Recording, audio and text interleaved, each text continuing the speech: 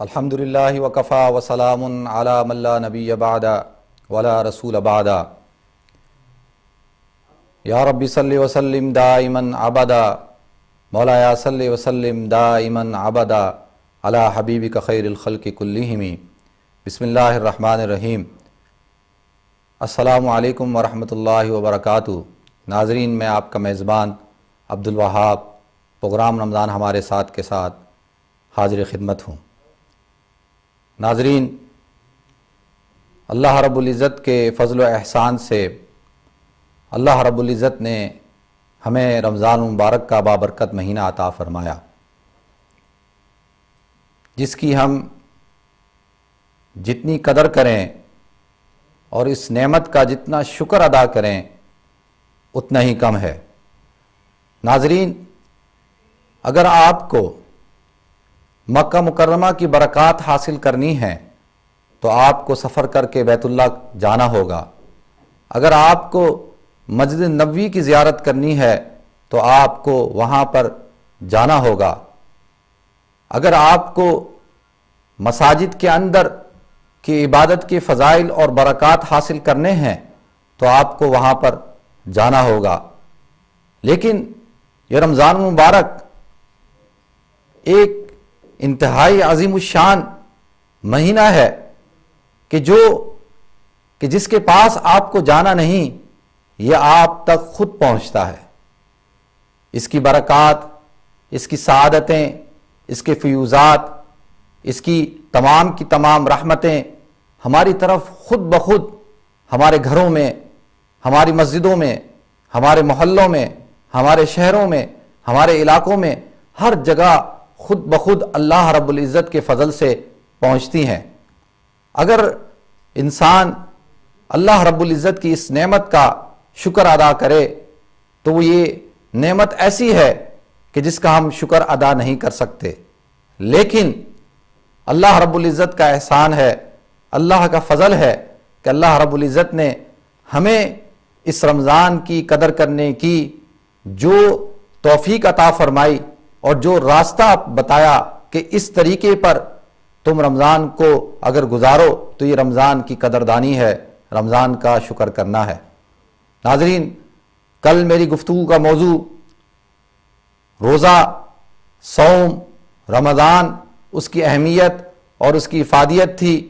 میں نے روزے کے لغوی اور اصطلاحی اور شرعی معنی آپ حضرات کے سامنے بیان کیے، روزے کا مقصد بیان کیا۔ اگر ہم رمضان المبارک جو شہر رمضان، جس کو اللہ کہتے ہیں شہر رمضان، یہ رمضان کا مہینہ ہے، علماء فرماتے ہیں کہ جو اس کی برکات ہر انسان تک پہنچتی ہیں وہ اس وجہ سے پہنچتی ہیں کیونکہ رمضان جو ہے وہ اللہ رب العزت کے ناموں میں سے ایک نام ہے، گویا کہ رمضان اللہ کا نام ہے۔ اور اگر ہم لغت کی کتابیں اٹھاتے ہیں، علماء ادب اور علماء اہل لغت، اہل زبان سے پوچھتے ہیں کہ رمضان کے وہ کیا معنی دنیا کے سامنے پیش کرتے ہیں، تو ناظرین اگر ہم اس کے معنی کی طرف غور کریں تو آدمی کی حیرانگی کی حدیں ختم ہو جاتی ہیں، کیونکہ رمضان اتنے وسیع طور پر اپنے معنی کے اندر وسعت رکھتا ہے کہ انسان سوچتا ہے کہ اللہ رب العزت نے یہ جو مہینہ ہمیں عطا فرمایا، یہ مہینہ کام کے اعتبار سے بھی، برکات کے اعتبار سے بھی اور اپنے اعمال کے اعتبار سے بھی جس طرح سے فضیلت اور برکت رکھتا ہے، یہ مہینہ اپنے نام کے اعتبار سے بھی اتنی فضیلت اور برکتیں رکھتا ہے۔ رمضان عربی زبان کے اندر کہتے ہیں کہ جب سورج کی تپش تیز ہوتی ہے اور اگر زمین کے اوپر جو ہے وہ اگر کوئی پانی کا چھڑکاؤ ہو تو وہ تپش اس کو سکھا دے، بالکل سکھا دے، یعنی تر زمین کو خشک کر دینا، اس کو کہتے ہیں رمضان۔ ایک معنی علماء کرام نے یہ رکھے ہیں کہ رمض یرمیزو کے معنی ہوتے ہیں جلانے کے، کہ جس طریقے سے اس کی گرمی جو ہے وہ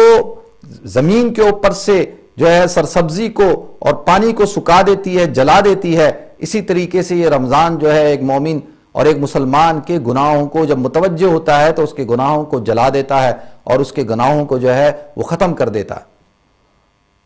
اس رمضان المبارک کو کی مثال اللہ رب العزت نے اس طرح سے فرمائی کہ اللہ فرماتے ہیں الرمضان لی، کہ رمضان میں ہی ہوں، وانا اجزا بہ، اور جب رمضان میں ہوں تو میں اس کی جزا بھی میں ہی دوں گا، گویا کہ اپنے آپ کو اس کو جزا کے طور پہ، بدلے کے طور پر پیش کروں گا۔ اللہ کے رسول صلی اللہ علیہ وسلم نے فرمایا کہ رجب میری امت کا مہینہ ہے، اور جس طریقے سے میری امت کو تمام امتوں پر فضیلت حاصل ہے، اسی طریقے سے رجب کو جو ہے وہ تمام کے تمام مہینوں کے اوپر فضیلت حاصل ہے۔ اللہ کے رسول صلی اللہ علیہ وسلم نے فرمایا کہ شعبان میرا مہینہ ہے، اور جس طریقے سے مجھے تمام کے تمام امت پر، تمام کے تمام انبیاء پر فضیلت حاصل ہے، اسی طریقے سے رمضان شعبان کو بقیہ تمام مہینوں پر فضیلت حاصل ہے۔ اللہ کے رسول صلی اللہ علیہ وسلم فرماتے ہیں کہ جس طریقے سے اس کائنات کا پورا نظام اللہ رب العزت چلاتے ہیں، اور اللہ رب العزت کی مثال اس کائنات میں پیش نہیں کی جا سکتی، اللہ رب العزت جیسے کہ پوری کائنات کے سامنے اللہ کی مثال ہے، اسی طریقے سے رمضان کی مثال بقیہ تمام مہینوں کے اوپر ہے۔ انسان کے جسم کے اوپر اللہ رب العزت نے کئی اعضاء بنائے، اس کے اندرونی اعضاء بھی ہیں، باطنی اعضاء بھی ہیں۔ اللہ فرماتے ہیں فَلْيَنْظُرِ الْإِنسَانُ مِمَّا خُلِقَ، کہ انسان کو چاہیے کہ وہ دیکھے کہ اس کو ہم نے کیسے پیدا کیا۔ وَلَقَدْ خَلَقْنَا الْإِنسَانَ فِي أَحْسَنِ تَقْوِيمٍ، کہ ہم نے انسان کو خوبصورت طور پر پیدا کیا، اور اس انسان کے اندر اللہ رب العزت فرماتے ہیں کہ میں نے ایک دل رکھا جو رئیس الاعضاء ہے۔ اللہ کے رسول نے فرمایا کہ یہ انسان کی مثال اور اس کی جو فضیلت ہے وہ بقیہ امتوں پر ایسی ہے جیسے کہ رمضان کی بقیہ مہینوں کے اوپر۔ اور انسان کے جسم کے اندر جو قلب کو حیثیت حاصل ہے، وہی حیثیت رمضان کو پورے مہینوں پر حاصل ہے۔